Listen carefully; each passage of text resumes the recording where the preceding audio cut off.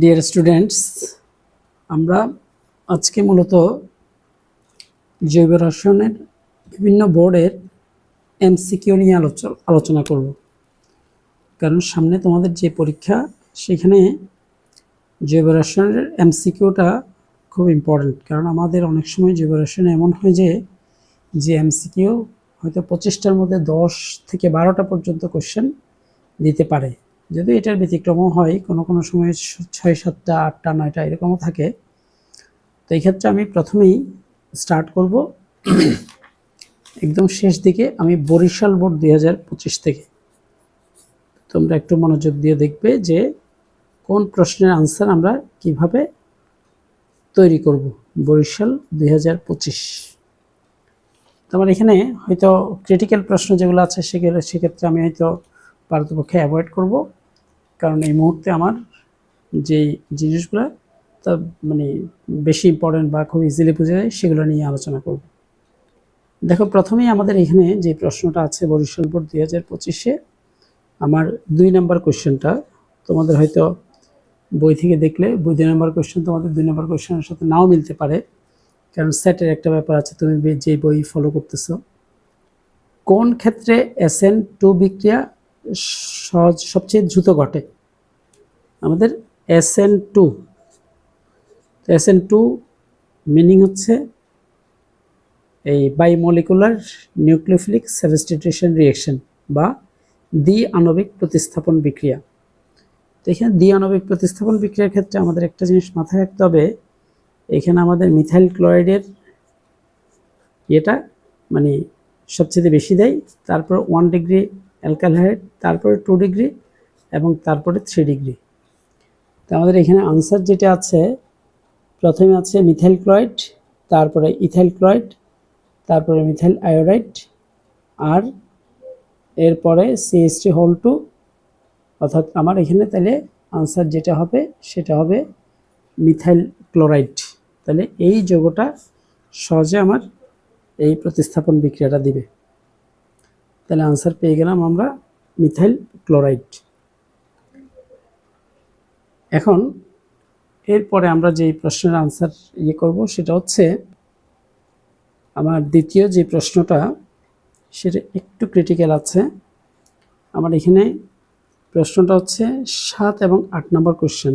7 নম্বর question অনেকটা এরকম যে কার্বনের উপর একটা পজিটিভ চার্জ আছে, সেখানে তার 3 দিকে 3টা অ্যালকাইল মূলক যুক্ত আছে। এখানে মিথাইল, এখানে মিথাইল এবং এখানেও মিথাইল। প্রশ্ন যেটা করা হয়েছে সেটা হচ্ছে যে উদ্দীপকের ধনাত্মক কার্বন পরমাণুটি কার্বন আয়নটির পরমাণুর সংকরণ প্রকৃতি নিচের কোনটি, মানে কোন সংকরণের মাধ্যমে হয়? যেহেতু কার্বনের উপর পজিটিভ চার্জ মানে একটা ইলেকট্রন সে ছেড়ে দেয়, তার মানে অর্থাৎ আমার নর্মালি কার্বনের sp3 হয়, কিন্তু যেহেতু একটা ইলেকট্রন ছেড়ে দেয়, তাহলে তখন তার সংকরণ হবে এটার sp2 সংকরণ। আর আরেকটা জিনিস হচ্ছে, এখানে পরবর্তী প্রশ্ন যেটা লেখা আছে 8 নম্বর কোশ্চেন, সেটা হচ্ছে ধনাত্মক এই আধানের কার্বন পরমাণুর সর্ববহিস্থ কক্ষে বিদ্যমান ইলেকট্রন সংখ্যা কত? তো এখানে আনসার 10, 8, 6, 4। তাহলে 3টা বন্ডে যেহেতু প্রতিটাতে 2টা করে ইলেকট্রন, তাহলে এখানে আনসার হবে 6। তাহলে আনসার এখানে এটা sp2, এটা 6। এরপরে আমাদের যে প্রশ্নটা আছে 2 মিথাইল প্রোপানল 2 এ আলফা হাইড্রোজেনের পরিমাণ, আলফা হাইড্রোজেনের সংখ্যা কত? 2 মিথাইল প্রোপানল 2। দেখো, এটা কিন্তু খুব ইম্পর্ট্যান্ট একটা প্রশ্ন। আমি যদি এই প্রশ্নটা এখানে 10 নম্বর প্রশ্ন হিসেবে ধরি, যে 2 মিথাইল প্রোপানল 2 মিথাইল প্রোপানল 2। তো আমি প্রোপানল 2 এটা ধরতে গেলে প্রথমেই আমাকে যেটা করতে হবে, প্রোপানল 2 মানে কার্বন 1টা 2টা 3টা কার্বন, তার মানে প্রোপানল 2 হচ্ছে OH এখানে, আবার এখানে আমার একটা CH3 আছে, তারপরে এখানেও CH3, এখানেও আমাদের CH3। তাহলে এখন OH-টা যেই কার্বনের সাথে যুক্ত আছে সেই কার্বনটাকে বলা হয় আলফা কার্বন। আমাদের এখানে বলা আছে যে আলফা কার্বনে এই ইয়ের সংখ্যা কয়টি? 2মিথাইল প্রোপান 2 আলফা হাইড্রোজেন পরমাণুর সংখ্যা কত? তার মানে OH-টা যেই কার্বনে যুক্ত আছে সেটাই আলফা কার্বন। তাহলে আলফা কার্বনে আমার এক্ষেত্রে কোনো হাইড্রোজেন যুক্ত নাই, অর্থাৎ আমার আলফা কার্বন 2মিথাইল প্রোপানল 2 যদি হয়, দেখি আমি 2মিথাইল প্রোপানল 2 এ আলফা হাইড্রোজেন পরমাণুর সংখ্যা কত? তাহলে এখানে আনসার হবে 0। তার মানে কোনো কার্বনে এই যে OH মূলক যে কার্বনের সাথে যুক্ত আছে, যদি বিটা কার্বন বলতো তাহলে এটা বিটা কার্বন, এটা বিটা কার্বন, এটা বিটা কার্বন, 3, 6, 9, 9টা বিটা হাইড্রোজেন আছে, কিন্তু আলফা হাইড্রোজেন আছে, অর্থাৎ কার্বনে কোনো হাইড্রোজেন নাই। তাহলে এটা আলফা হাইড্রোজেনের সংখ্যা হচ্ছে 0। তারপরে আমরা যেটা পাবো সেটা হচ্ছে এখানে আর পরবর্তী যে প্রশ্নটা আছে, জৈব রাসায়নিক বৈশিষ্ট্য অনুযায়ী, এটা 17 নম্বর কোশ্চেন। আমরা যদি একটু ভিন্ন কালে দিয়ে একটু লেখার চেষ্টা করি, 17 নম্বর কোশ্চেনে 17, তাহলে সেক্ষেত্রে বলা আছে কি যে জৈব রাসায়নিক বৈশিষ্ট্য অনুযায়ী গ্রিগনাট বিকারক, কেন্দ্রাকর্ষী বিকারক। গ্রিগনাট বিকারক, হ্যাঁ গ্রিগনাট বিকারক আমাদের কেন্দ্রাকর্ষী বিকারক। গ্রিগনাট বিকারক যেটা RMgX, এটা কেন্দ্রাকর্ষী বিকারক। তার মানে সেটা পজিটিভ চার্জটাই সেখানে অর্থাৎ অ্যালকোহল তৈরিতে ব্যবহৃত হয়। তাহলে গ্রিগনাট বিকারক আমার এই নিউক্লিওফিলিক বিকারক বা কেন্দ্রাকর্ষী বিকারক। ঠিক আছে আনসার। তারপর দ্বিতীয় যে আনসারটা লেখা আছে যে অ্যালকাইন 1, এই অ্যালকাইন 1-এর হাইড্রোজেন অম্লধর্মী নয়, কিন্তু অ্যালকাইন 1-এর হাইড্রোজেন অম্লধর্মী। তার মানে 2 নম্বর উত্তরটা ভুল। আর লেখা আছে 3 ডিগ্রি অ্যালকাইল হ্যালাইডে 3 ডিগ্রি হ্যালাইডে SN1 বিক্রিয়া ঘটে। হ্যাঁ, আমাদের 1 নম্বর প্রশ্ন শুদ্ধ, 2 নম্বর যেটা 3 ডিগ্রি অ্যালকাইল হ্যালাইডে SN1 বিক্রিয়া ঘটে, তার মানে এটা এবং এটা দুটাই শুদ্ধ। যাই হোক 17 নম্বর আমরা পেলাম। এরপরে নিউক্লিওফিলিক সংযোজন বিক্রিয়ায় সর্বাধিক সক্রিয় কোনটি? এটা আমাদের অত্যন্ত ইম্পর্ট্যান্ট একটা কোশ্চেন। নিউক্লিওফিলিক সংযোজন বিক্রিয়ায় এখানে যেই কোশ্চেনগুলো দেওয়া আছে, যেমন তার মধ্যে এইটা কোশ্চেনটা হচ্ছে আমাদের এই 20 নম্বর কোশ্চেন। 20 নম্বর কোশ্চেনে নিউক্লিওফিলিক সংযোজন বিক্রিয়ায় আমাদের যে যৌগগুলো দেওয়া আছে তার মধ্যে একটা দেওয়া আছে HCHO। তারপরে দ্বিতীয় কোশ্চেন যেটা আছে সেটা হচ্ছে আনসার যেটা হচ্ছে CH3CHO, CH3CHO। তৃতীয় আনসার যেটা হচ্ছে CH3CO, CH3CO, CH3। আর চতুর্থ যেটা দেওয়া আছে সেটা হচ্ছে CH3CH2, CHO। দেখো সাধারণত আমাদের এই যে মিথানল বা ফর্মালডিহাইড, এটাই কেন্দ্রাকর্ষী সংযোজন বিক্রিয়ায় সবচেয়ে বেশি সক্রিয়। এটা দুইটা জিনিসের উপর ডিপেন্ড করে। একটা হচ্ছে আমার এখানে যে ধনাত্মক আবেশীয় প্রভাবের কারণে, আরেকটা হচ্ছে স্টেরিক বাধার কারণে। অর্থাৎ আমরা এভাবে এক্সপ্লেন করতে পারি যে হাইড্রোজেন যখন কার্বনের সাথে অক্সিজেনের সাথে ডাবল বন্ড এবং আরেকটা হাইড্রোজেন থাকে, তখন এই ক্ষেত্রে অক্সিজেন যখন ইলেকট্রন টেনে নিয়ে নেয়, ইলেকট্রন তার নিজের দিকে টেনে নেয়, তখন এটার উপর নেগেটিভ চার্জ এবং এটার উপর পজিটিভ চার্জ। তখন আমরা যদি হাইড্রোজেন সায়ানাইডের সাথে বিক্রিয়া ঘটাই, হাইড্রোজেন সায়ানাইড, এখানে নিউক্লিওফাইলটা পজিটিভ এটা আসবে এখানে, আর নেগেটিভ নিউক্লিওফাইলটা আসবে এখানে। নিউক্লিওফাইলটা যত ইজিলি এটার সাথে অ্যাড হবে সেটার সক্রিয়তা তত বেশি। তো এখানে যখন দুই পাশে দুইটা হাইড্রোজেন থাকে, হাইড্রোজেনের ইলেকট্রন দেওয়ার ক্ষমতা নেই, সুতরাং এইখানে অক্সিজেন যে ইলেকট্রন টেনে নিয়ে যায়, তাতে কার্বনের উপর যে ধনাত্মক চার্জ বা ইলেকট্রনের ঘাটতি থাকে সেটা পূরণ করার মতো আশেপাশে যে দুইটা পরমাণু আছে তারা পূরণ করতে পারে না, ফলে সে সায়ানাইডের প্রতি সহজে আকর্ষণ বোধ করে। আর অন্যদিকে হাইড্রোজেন দুইটা অত্যন্ত ছোট পরমাণু থাকায় সায়ানাইডটা পর্যাপ্ত জায়গা পায় এখানে কার্বনের সাথে অর্থাৎ অ্যাটাক করার জন্য বা কার্বনের পজিটিভ চার্জের সাথে যুক্ত হওয়ার জন্য। কিন্তু অন্য যতগুলো আছে বিশেষ করে এটার পরেই হবে এটা, কারণ CH3 CHO এক পাশে হয়তো একটা CH3 আছে, সেজন্য এটার সক্রিয়তা এটার চেয়ে কিছুটা কম, স্টেরিক বাধা প্লাস আবেশীয় প্রভাব দুটোই আছে। এটা কম হবে কারণ দুই দিকে দুইটা অ্যালকাইল মূলক, আর এটা যেহেতু বড় একটা ইথাইল মূলক আছে সেটা, তাহলে সবচেয়ে বেশি সক্রিয় হবে এখানে HCHO বা ফর্মালডিহাইড বা মিথানল।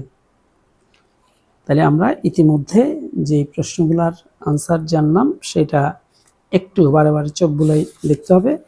আর লাস্ট ওয়ান যেটা করা আছে সেটা হচ্ছে নামকরণ নিয়ে তোমাদের কিন্তু একটা প্রশ্ন থাকতে পারে, এবং আমাদের এখানে যে নামকরণটা দেওয়া আছে যে এই যৌগের নামকরণ কি, এবং যৌগটা এরকম যে CH3, তোমরা একটু যদি দেখো CH3 CH double bond CH তারপরে COOH।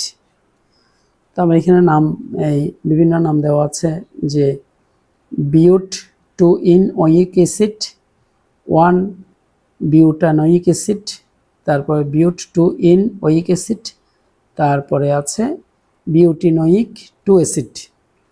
তো এখানে আমাদের নামকরণের ক্ষেত্রে যেটা করব সেটা হচ্ছে এটা 1 নম্বর কার্বন, কারণ ডাবল বন্ডটা অর্থাৎ COOH মূলকটা এখানে প্রাধান্য পাবে, সেটা এদিক থেকে 1 নম্বর, এটাকে 2 নম্বর, এটা 3, এটা 4।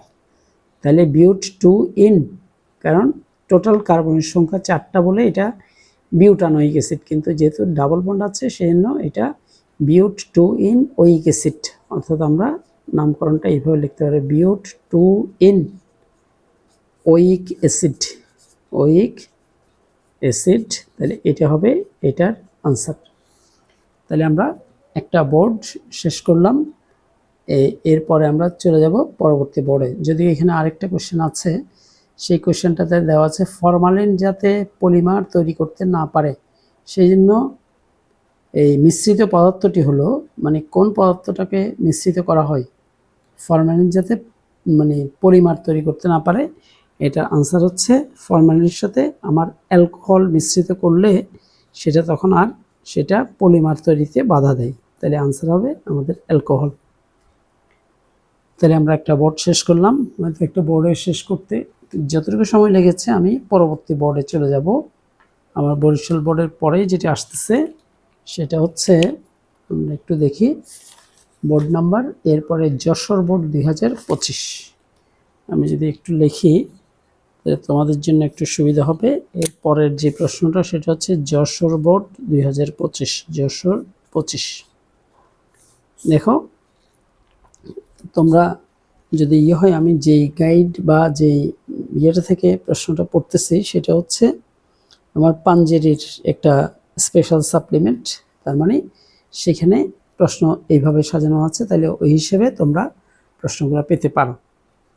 আমার প্রথমে আমরা যশোর বোর্ড তাহলে 2025 আমি প্রথমেই দাগিয়ে নিই যে এখানে MCQ অর্থাৎ এই থেকে কোনটা কোনটা আসছে, যেমন নিচের কোনটি অম্লধর্মী একটা কোশ্চেন আসছে, ইথার প্রস্তুতির জন্য একটা কোশ্চেন আছে, তারপর অর্থপ্রেরণা নির্দেশক মূলক তাও একটা কোশ্চেন আছে, তারপরে আছে আমাদের এই উদ্দীপক, এই উদ্দীপকের এটা বিক্রিয়া আন্তঃনাবিক আকর্ষণ ইলেকট্রন সংখ্যা,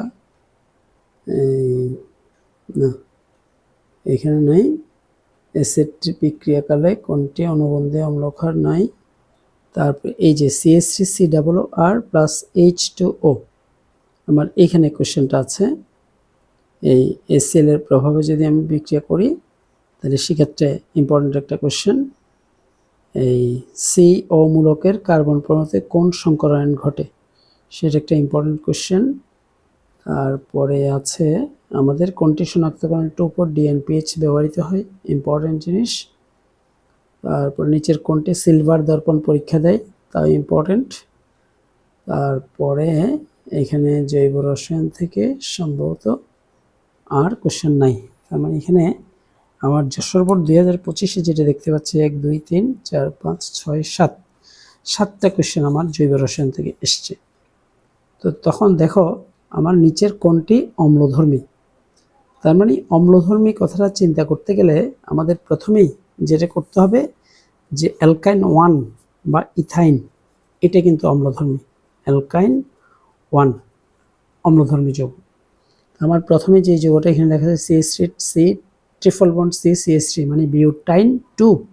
বিউটাইন 2 হবে না, কারণ সেখানে ট্রিপল বন্ডের দুই পাশে কার্বনে কোনো হাইড্রোজেন নাই। তারপরে আছে CH3C, এই ট্রিপল বন্ড C, আবার CH2Cl, সেখানেও ট্রিপল বন্ডটা মাঝখানে থাকায় কার্বনের সাথে দুই কার্বনের সাথে কোনো হাইড্রোজেন নাই। পরবর্তী যে যৌগ সেটা গতে CH3CH, তারপরে এই তাও আমাদের সেম জিনিসই লিখছে অনেকটা, triple bond CH O double bond. তাহলে ডাবল বন্ডের কোনো যৌগ কখনোই এমনিতেই অম্লধর্মী হয় না। লাস্ট যে আনসারটা সেটা হচ্ছে আমাদের এই যে CH3 CH2 তারপরে C ট্রিপল বন্ড CH, তাহলে এই যে যৌগটা বিউটাইন 1 এটা অ্যালকাইন 1, তাহলে অ্যালকাইন 1 অম্লধর্মী হয়। কারণ এমনিতেই অম্লধর্মিতার কথা যদি বলা হয় তখন কার্বন কার্বন যে ট্রিপল বন্ডে আবদ্ধ থাকে তখন সেখানে sp সংকরণে গঠিত হয়। তখন sp সংকরণ হলে দুইটা কার্বনেরই sp, তার মানে s এর পার্সেন্টেজ 50%, p এর পার্সেন্টেজ 50%। তো 50-50% হওয়ার কারণে আমার ছোট আকৃতির যে s অরবিটাল আছে সেটার মানে পার্সেন্টেজ বা শতকরা পরিমাণ বেশি থাকার কারণে তাদের ওভারল্যাপিংটা একটু বেশি হয়। ফলে ওভারল্যাপিং বেশি হওয়ার কারণে কার্বন কার্বনের মধ্যকার বন্ধনটা খুব স্ট্রং হয়। ফলে কার্বনের সাথে হাইড্রোজেনের বন্ধনটা কিছুটা দুর্বল হয়ে পড়ায় যে কোনো ধাতু দ্বারা সহজেই হাইড্রোজেনকে প্রতিস্থাপন করা যায়, যার কারণে এই যৌগটাই অম্লধর্মী হয়। কারণ আমার অ্যালকাইন 2 বা অ্যালকাইন 3 যদি হয় সেক্ষেত্রে আমার কার্বন কার্বন ট্রিপল বন্ড ঠিক আছে, কিন্তু সেখানে প্রতিস্থাপনযোগ্য কোনো হাইড্রোজেন না থাকার কারণে সেটা অম্লধর্মী হতে পারে না। তাহলে আমাদের এই কোশ্চেনটা হচ্ছে কোনটি অম্লধর্মী পেয়ে গেলাম। ইথানল প্রস্তুতির জন্য কোন বিক্রিয়া ব্যবহৃত হয়? এখানে আমাদের এটা ছিল আমাদের কত 4 নাম্বার কোশ্চেন। আমরা যেই কোশ্চেনটা নিয়ে আলোচনা করতেছি সেটা হচ্ছে 5 নাম্বার কোশ্চেন। তাহলে 5 নাম্বার কোশ্চেনটা কি? ইথার প্রস্তুতির জন্য, এটা ইম্পর্টেন্ট জিনিস, কারণ ইথার প্রস্তুতির জন্য এখানে লেখা আছে উডস বিক্রিয়া, উইলিয়ামসন বিক্রিয়া, কার্বিলামিন বিক্রিয়া, কোপ বিক্রিয়া। তো আমাদের উডস বিক্রিয়া সাধারণত উচ্চতর অ্যালকেন প্রস্তুত করার জন্য ব্যবহৃত হয়। আর উইলিয়ামসন বিক্রিয়া যেটা আছে সেটা হচ্ছে উইলিয়ামসন ইথার সংশ্লেষণ বিক্রিয়া। আমি একটু যদি বিক্রিয়াটা লিখি অনেকটা এরকম, CH3ONA সোডিয়াম মিথক্সাইড যখন আমার মিথাইল ক্লোরাইডের সাথে বিক্রিয়া করবে তখন এটা বিক্রিয়া করলে এই NAটা ক্লোরাইডের সাথে গিয়ে যুক্ত হয়ে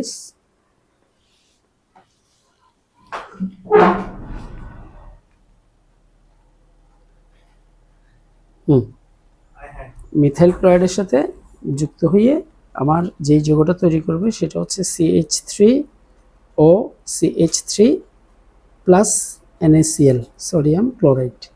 তার মানে এই ক্ষেত্রে আমার এই যে ইথার প্রস্তুত হচ্ছে এটাকে উইলিয়ামসন ইথার সংশ্লেষণ বিক্রিয়া বলা হয়। এটা খুব ইম্পর্টেন্ট একটা বিক্রিয়া, কারণ এইটা আমাদের এই যে সোডিয়াম মিথক্সাইড যেটা প্রস্তুত হয় সেটা মূলত অ্যালকোহলের যে শনাক্তকরণ আছে, অ্যালকোহলের শনাক্তকরণ বিক্রিয়ায় আমরা যখন অ্যালকোহলকে সোডিয়ামের সাথে বিক্রিয়া করাই তখন এই সোডিয়াম মিথক্সাইড বা সোডিয়াম ইথক্সাইড এরকম একটা যৌগ পাওয়া যায়। সেটার সাথে যখন আমরা অ্যালকাইল বিক্রিয়া করে তখন সেখানে ইথার প্রস্তুত হয় এবং এই বিক্রিয়াটাকে আমরা উইলিয়ামসন ইথার সংশ্লেষণ বিক্রিয়া বলি। তারপরে যদিও এখানে পরে কার্বিলামিন বিক্রিয়া, কোপ বিক্রিয়াগুলো আছে, সেই জিনিসগুলো নিয়ে আমার এই মুহূর্তে মাথা ঘামার দরকার নাই। যদিও কার্বিলামিন বিক্রিয়া আসলে আমাদের 1 ডিগ্রি এমিন শনাক্তকরণে ব্যবহৃত হয়, আর কোপ বিক্রিয়া এটা স্যালিসাইলিক অ্যাসিড প্রস্তুতিতে ব্যবহৃত হয়, স্যালিসাইলিক অ্যাসিড। যাই হোক এই মুহূর্তে আমার ওটা দরকার নেই। এবার আমাদের 6 নাম্বার যে বিক্রিয়াটা আছে, 6 নাম্বার খুবই ইম্পর্টেন্ট। অর্থপ্রেরণ নির্দেশক মূলক হলো এখানে 1, 2 এবং 3 দিয়ে 3টা অর্থাৎ বহুপদী দিয়ে দিছে। প্রথম যেই ইয়েটা দেওয়া আছে সেটা হচ্ছে CHO মূলক। দেখো CHO, এটাকে যদি আমি স্ট্রাকচার দিয়ে সাজাই, কার্বনের সাথে ডাবল বন্ড ও আর সাথে H, তারপরে NH2, তাহলে NH2, N এর সাথে 2টা হাইড্রোজেন, এই NH2। আর তৃতীয় যেই যৌগটা আছে সেটা হচ্ছে OCH3। তাহলে OCH3 যদি আমি চিন্তা করি, তাহলে এখানে O, তারপরে CH3। তাহলে দেখো এখানে অর্থপ্যারা নির্দেশক, সবসময় অর্থপ্যারা নির্দেশকে যখনই আমার এই যে হাইপেন দিয়ে সাধারণত যেটা লিখি, তার মানে হাইপেনটাই বেঞ্জিন রিংয়ের সাথে যুক্ত। এখানে NH2 অ্যামিনোমূলক নাইট্রোজেন বেঞ্জিন রিংয়ের সাথে যুক্ত। এখানে অক্সিজেনটা, তার মানে এটার নাম হচ্ছে মিথক্সিমূলক। তো এখানে দেখো অর্থপ্যারা নির্দেশক চেনার একটা উপায় হচ্ছে, যেই বন্ডটা বেঞ্জিন রিংয়ের সাথে থাকে তার সাথে যেই পরমাণুটা যুক্ত থাকে তার সাথে যদি কোনো ডাবল বা ট্রিপল বন্ড থাকে তখন সেটা মেটা নির্দেশক। আর বাকিগুলো যেমন এখানে প্রথমটাতেই, তাহলে এটা হবে মেটা নির্দেশক, কিন্তু বাকি এটাতে কোনো ডাবল বন্ড নাই, মানে হাইপেন দিয়ে নাইট্রোজেনের সাথে কোনো ডাবল বন্ড নাই। আবার এখানে অক্সিজেন দেখলে অনেকে আবার চিন্তা করে যে এটা মনে হয় মানে, কারণ অক্সিজেন তো হয়তো দ্বিবন্ধনযুক্ত যৌগ, কিন্তু এখানে অক্সিজেনের উভয় পাশে একটা অংশ তো বেঞ্জিন রিংয়ের সাথে আছে, অন্য অংশ কার্বনের সাথে সিঙ্গেল বন্ডে আছে। তাহলে সেজন্য অক্সিজেন যেহেতু এখানে কোথাও ডাবল বন্ড নাই, সেজন্য আমার এই ইয়েটাও অর্থপ্যারা নির্দেশক। তাহলে আনসার হবে 2 এবং 3। আনসার এখানেও 2 এবং 3 আনসার আছে, সেটা গেল। এরপরে আমাদের ইতিমধ্যে আমি 3টা প্রশ্ন আলাপ করেছি এই যশোর বোর্ড 2025। এবার আসো আমরা পরবর্তী যে যৌগটা পাবো, এটা খুবই ইম্পর্ট্যান্ট একটা বিক্রিয়া, CH3COOR। আর একটা অ্যালকাইলমূলক, তার মানে CH3COOR, এটা একটা স্টার যখন আমি পানির সাথে বিক্রিয়া ঘটাবো H2O in presence of hydrochloric acid, star পানির সাথে বিক্রিয়া করলে আমাদের এখানে 2টা যৌগ লিখছে, একটা হচ্ছে X প্লাস ROH। দেখো ROH মানে এখানে পানির যে একটা অংশ আছে, পানির H প্লাস এবং OH মাইনাস যেটা আছে, তার মানে আরটা OH এর সাথে যদি চলে যায়, তাহলে এখানে আমাদের X যে যৌগটা সেটা CH3COOH, এই যৌগটাই হবে। কারণ স্টারের আদ্র বিশ্লেষণে আমার অ্যাসিড এবং অ্যালকোহল উৎপন্ন করে, যেহেতু অ্যালকোহলটা ROH, তাহলে স্বাভাবিকভাবে অ্যাসিডটা হবে CH3COOH। এবং আমার এখানে প্রশ্ন যেটা বলছে যে যৌগটি, এখানে X যৌগটি শনাক্তকরণে কোনটি ব্যবহৃত হয়, তার মানে X যৌগটা যেহেতু ইথানোয়িক অ্যাসিড, এবং আমার এখানে sodium carbonate, zinc chloride, sodium bicarbonate এবং অ্যামোনিয়া, তার মানে আনসারটা হবে এই ইথানোয়িক অ্যাসিড শনাক্তকরণে আমার সোডিয়াম বাইকার্বনেট ব্যবহৃত হয়। কারণ এটা আবার তোমাদের প্র্যাকটিক্যালের একটা পার্ট, কারণ যে কোনো কার্বক্সিলিক অ্যাসিড CH3COOH, এটা যদি আমি সোডিয়াম বাইকার্বনেট বা সোডিয়াম হাইড্রোজেন কার্বনেটের সাথে বিক্রিয়া করি, তাহলে সেক্ষেত্রে আমার CH3COONA plus H2O plus carbon dioxide, বুদবুদ আকারে কার্বন ডাইঅক্সাইড গ্যাস বের হয়। যে কোনো কার্বক্সিলিক অ্যাসিডের সোডিয়াম বাইকার্বনেট বা সোডিয়াম হাইড্রোজেন কার্বনেট যুক্ত করলেই বুদবুদ আকারে কার্বন ডাইঅক্সাইড গ্যাস বের হয়, এবং সেভাবেই আমরা এই কার্বক্সিলিক অ্যাসিড শনাক্ত করতে পারি। যদিও এটার আরেকটু ইলাবোরেট আছে যে এই কার্বন ডাইঅক্সাইড, আবার এটা যে কার্বন ডাইঅক্সাইড গ্যাস, এটা পরিষ্কার চুনের পানিকে ঘোলাটে করে। তো পরিষ্কার চুনের পানির সংকেত হচ্ছে ক্যালসিয়াম হাইড্রোক্সাইড। তাহলে এটার সাথে যখনই বিক্রিয়া করবে তখন ক্যালসিয়াম কার্বনেট প্লাস পানি উৎপন্ন হবে। এই ক্যালসিয়াম কার্বনেট যখনই উৎপন্ন হয় তখন পানিটা ঘোলাটে হয়ে যায়। তাহলে এইটা আমাদের খুব ইম্পর্ট্যান্ট একটা বিক্রিয়া, যেটা আমার প্র্যাকটিক্যালের একটা পার্ট। সুতরাং এখানে যে যৌগটা, অর্থাৎ আমার প্রথমে স্টারের আদ্র বিশ্লেষণে যে অ্যাসিড এবং অ্যালকোহল উৎপন্ন হয় সেটা জানতে হবে।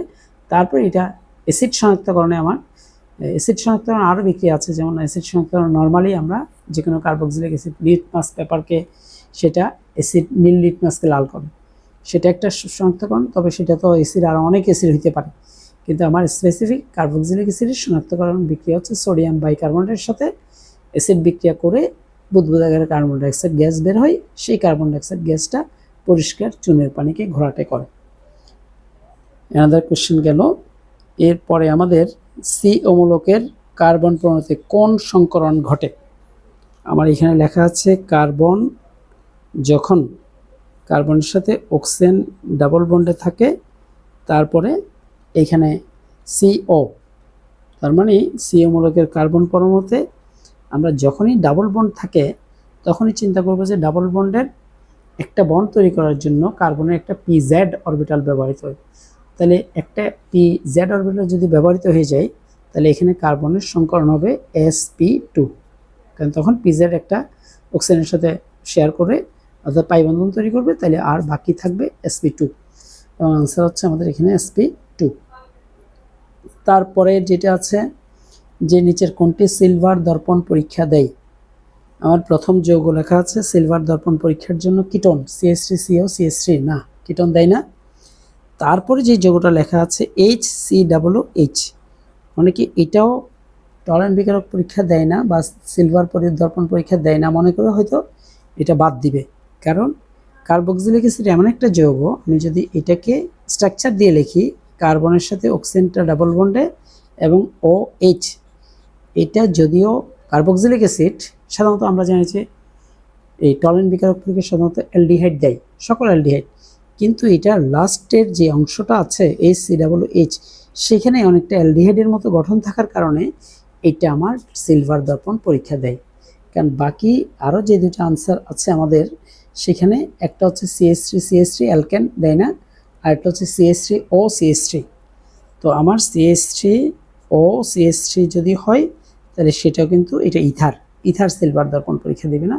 তাহলে সিলভার দর্পণ পরীক্ষা সাধারণত দেয় সকল অ্যালডিহাইড এবং একমাত্র অ্যাসিডের মধ্যে ফর্মিক অ্যাসিড বা মিথানোয়িক অ্যাসিড, সেটা তার স্ট্রাকচারাল জন্য ভিউর জন্য সেখানে অর্থাৎ লাস্ট পার্টটা CHO বা COH এই অংশটা থাকে বলে এটা সিলভার দর্পণ পরীক্ষা দিবে। এটা খুব ইম্পর্ট্যান্ট একটা জিনিস।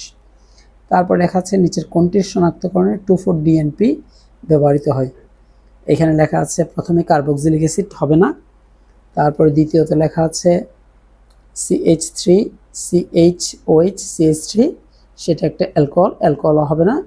তারপরে তৃতীয়ত লেখা আছে CH3CO CH3, তার মানে CH3CO CH3 যদি লিখি আমাদের এই যে দেখো এটা একটা কিটোন, কারণ আমরা জানি যে আমার কিটোন এবং অ্যালডিহাইড তাদের কার্বনিল গ্রুপ যাদেরই আছে তারাই 2,4-DNPH পরীক্ষাটা দেয়। তার মানে DNPH পরীক্ষা ডাইনাইট্রোফিনাইল হাইড্রোজেন পরীক্ষা আমার কিটোন দেয়, অ্যালডিহাইড দেয়। এখানে যেহেতু অ্যালডিহাইড নাই আমাদের কিটোন আছে, বাকি আরেকটা যৌগ দেওয়া আছে যে সেটা হচ্ছে এই CH3OH, মানে অ্যালকোহল দুইটা দেওয়া আছে, একটা কার্বক্সিলিক অ্যাসিড দেওয়া আছে, একটা কিটোন দেওয়া আছে। তাহলে আমরা এখানে আনসার হবে কিটোন। তাহলে আমরা দুইটা বোর্ড ইতিমধ্যে শেষ করলাম। আমার এইভাবে যদি আমরা আলোচনা করি তাহলে আমার অনেক ক্ষেত্রেই এই প্রশ্নগুলা খুব সহজেই আনসার করতে পারবো। আমি ধীরে ধীরে হয়তো 2025-এর সকল বোর্ড কোশ্চেন হয়তো একটা বা দুইটা মানে মধ্যে লেকচারের মধ্যে সম্ভব না, তোমরা একটু মনোযোগ সহকারে দেখো, কারণ এই জিনিসগুলো তোমাদের অত্যন্ত ইম্পর্ট্যান্ট। কারণ হয়তো তুমি যখন জৈব রসায়ন মুখস্থ করবা, গদ বাঁধা হয়তো শুধু মুখস্থ করার মধ্যেই কিন্তু এখানে কোনো কিছু মানে তোমার সাফল্য বয়ে আনবে না, যতক্ষণ না তুমি ওই জিনিসগুলো সম্পর্কে ইনস অ্যান্ড আউট জিনিসগুলো জানো, যে এটা আনসার এটা কেন হচ্ছে, ওইটা কেন নয়, এই জিনিসগুলো জানলে তখন তুমি সহজে আনসার করতে পারবে। এইবার আমরা চলে যাব একই ভিডিওতে। হয়তো ভিডিওটা কিছুটা লেংদি হয়ে যাচ্ছে মনে হয়, তারপরে আমি হয়তো লেংদি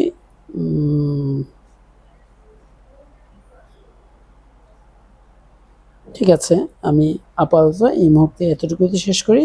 আমরা পরবর্তী যে বোর্ড কোয়েশ্চেন দেখব সেটা হচ্ছে আমাদের সিলেট বোর্ড এবং অন্যান্য বোর্ডগুলো।